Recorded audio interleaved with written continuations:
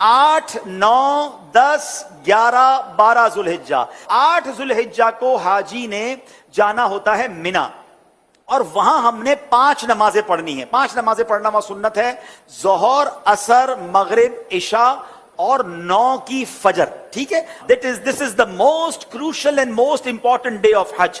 हज का सबसे अहम दिन जो है वो 9 ज़ुल्हिज्जा है। यानी अगर कोई आपसे सवाल करे हज किस दिन होता है, तो हज 9 ज़ुल्हिज्जा को होता है, क्योंकि उस दिन यौमे अरफा है।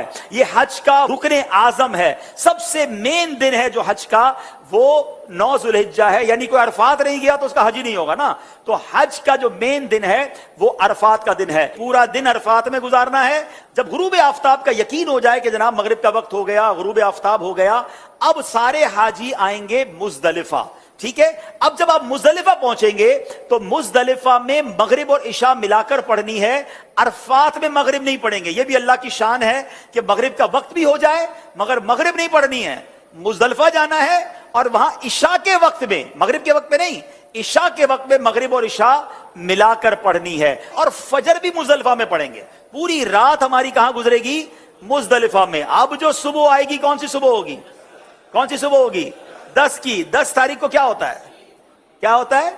हाँ, सारी दुनिया बकरा ईद मनाती है, मगर खुदा की कसम जो आज ईद मनाता है ना, मैला कुचैला है, बाल बिखरे हुए हैं, मतलब नींद भी नहीं हुई है, मगर खुदा की कसम वो जो ईद का मजा है, वो जो थकन का मजा है, वो जो सुरूर है, वो दुनिया की किसी और चीज में नहीं है। अल्लाह हमें हर साल ऐसी ईद नसीब फरमाए।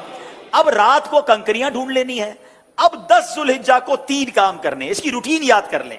10 ज़ुल्हिज्जा का पहला काम होगा शैतान को कंकरी मारना। पहला काम क्या है?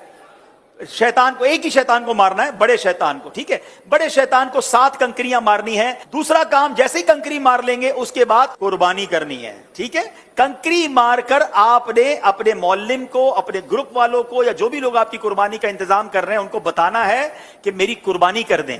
जैसे ही आपको कंफर्मेशन हो जाए कि आपकी हज की कुर्बानी हो गई है, उससे पहले नहीं, कंफर्मेशन हो जाए, उसके बाद आपने सर के बाल उतार देने हैं, या कसर कराना है या हलक करवाना है। इस्लामी बहनों ने तो कसर ही करना है।